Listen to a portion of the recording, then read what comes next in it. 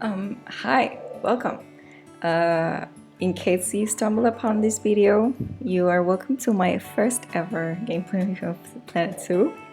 I really enjoy this game and I have so much fun at times, even though I really suck at custom building and whatever. I try to make my best effort and laugh at my failed attempts. But I really enjoy it. I love animals. I love the idea of the game. That's why I decided to start sharing some gameplay of the video, and this is my first zoo ever that I'm sharing online. I've played before, but really in an amateurish way, which I'm still playing that way. So yeah, welcome. So the first zoo I'm ever building, it's this zoo called Tatra, that it's inspired by a national park in Poland. I actually stumbled upon this park with this project which inspired the zoo, the entrance of the zoo and how it's going to develop. So that's the inspiration, and for that I chose a temperate biome so I can get a little bit of mixed species and have more advantage of the climate. And I started playing at this temperate sandbox game, and with the new features that Frontier launched recently, which can get you already some terrain forming in the map. So I started analyzing the map and trying to get everything flowing from the reference images I have. So that's why I started making this river and basically making the canvas so I can start working the zoo in.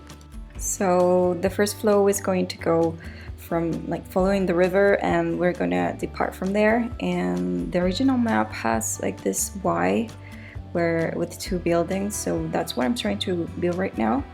But I had a little bit of trouble with the bridge that crosses the river. So I was trying to make the canvas and trying to fix that in some way, and wanted to mix a little bit of the textures of the pathway so it would look more interesting and not only from concrete, made out of concrete. So eventually what I did was lower a little bit the water and get the path the closest to the ground so it would look better. After I had my path done, I started working on the entrance, and oh my god, I can't believe what happened to me, such an amateur move. I deleted my recording, I don't know why, so you don't know how much I struggled building these two buildings. Well, basically I struggled building the first one, which was the information building, and just duplicated the hell out of it so I can have the two buildings, because I was not going to go through the same thing twice. And well, I started also making the canvas for the koala habitat, and oh my god, I had so much laughter about all my failed attempts because it was such a complicated choice for my level of expertise in this game to try to build something so avant-garde, or I don't know, really architectural in a way. But I think I kind of pulled it off in some way. Just don't look at the reference and you'll think it's kind of pretty. So yeah, basically all that footage was lost. But the show must go on. So going back to the habitat, what I basically was doing is have this divergent path, so the main path won't be overcrowded and have nice flow over the zoo. And also having this sunken habitat, which I've seen in a lot of reference videos I like, and wanted to do it that kind of way. So basically what I did was lower the ground a little bit for the path, and then lower it more for the habitat itself, and try to make this barrier with rocks and a custom railing I made out of wood poles and the mesh that comes with the game. And here I was kind of thinking how to make it interesting and not have it so like plain and flat. So what I decided to do is to have this body of water going through the length of the habitat, and then have some ground like bridges, like natural bridges that went across the water, so the koalas could go through there, and also the guests could also have like a better view from the koalas. So that's basically what I'm making here, and sculpting the hell out of the ground so I can have like this like a really walkable area for the koalas. That made sense. After that, it was time to make the barrier for the habitat.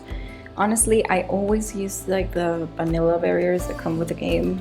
They're just the walls. You can kind of make them around the habitat.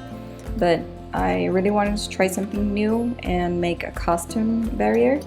And I made it out of these logs and just started putting it on the perimeter. I ended up placing it all over the back of the habitat and on the perimeter that the guests, so it wouldn't obstruct anything. And I think it works great with the natural vibe I'm trying to give the zoo. And this is where things start to get exciting. I also wanted to give like a barrier for like security barrier for the animals and the guests, and I started making this perimeter of plaster pillars, I think they were. And I'm going to skip this process a little bit because I don't think you're gonna be too excited from plaster barrier building. Well, it's not too exciting, even though I told you the exciting part was coming.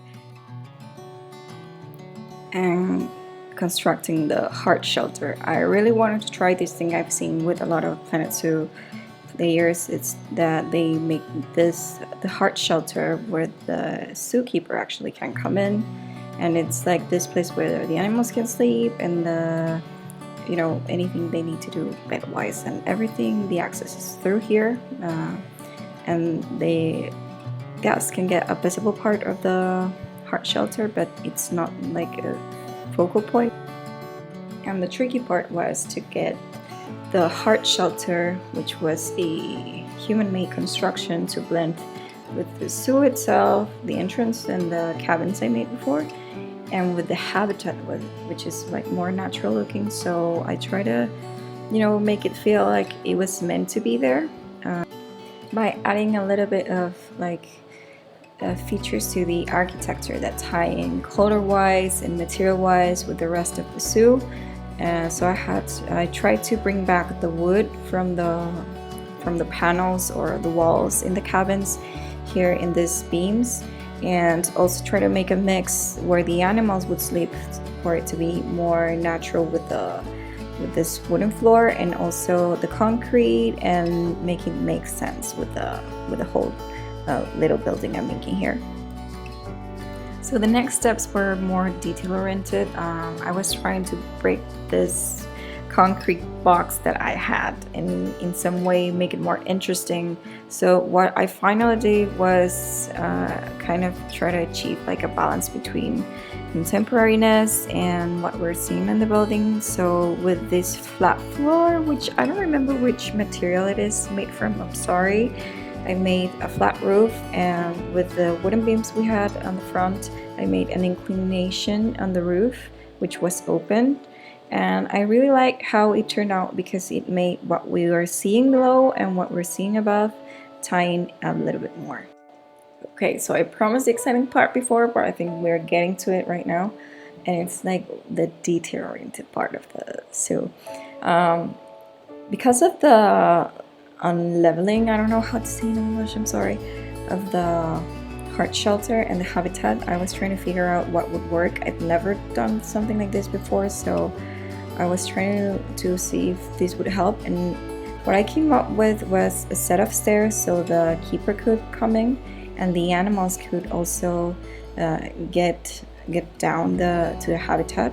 So I made a mixture of the stairs and wooden ramp for the koalas to go below. I also added some animals to the habitat to see if it would work, and let's see if it did.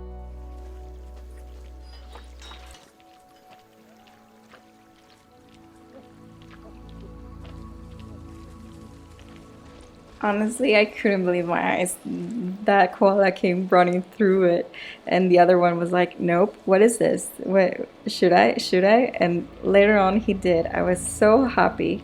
I think I will find a way to record myself real time because I find it kind of funny when I play my reactions because I tend to laugh a lot at myself and what I'm doing. And when things finally work, I'm super excited.